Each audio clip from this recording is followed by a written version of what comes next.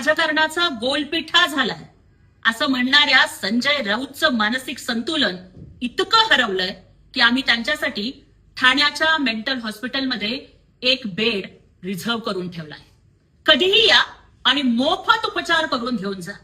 कुठली भाषा वापरताय तुम्ही? गोलपिठा? अरे 2019 ची तुमची अवस्था बघून ना मला रानबझार नावाची वेब सिरीज आठवली.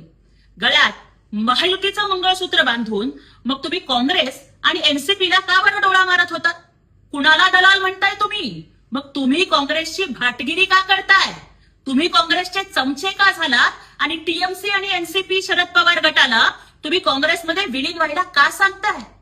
अरे तुमचे खासदार तुमच्या बैठकीला नाही आले, तुमचे आमदार तुम्हाला सोडून जात आहे, पण जनतेनं सुद्धा तुम्हाला सोडून दिलंय कारण तुम्ही कायम फेसबुक लाईव्ह आणि ऑनलाईन असता. लोकशाहीमध्ये तुमची ही राडा करण्याची, तुडवण्याची, मारामारी करण्याची भाषा शोभून दिसते. राऊत, राडा करायला, तुडवायला मनगटात दम लागतो. तुमच्या फक्त तोंडात दम आहे, त्यामुळे तुम्ही फक्त तोंड पाटीलकी करू शकता.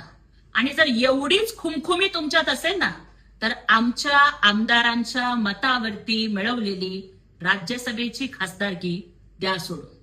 द्या राजीनामा, उतरा मैदानात आणि बघूया कोणामध्ये किती दम आहे.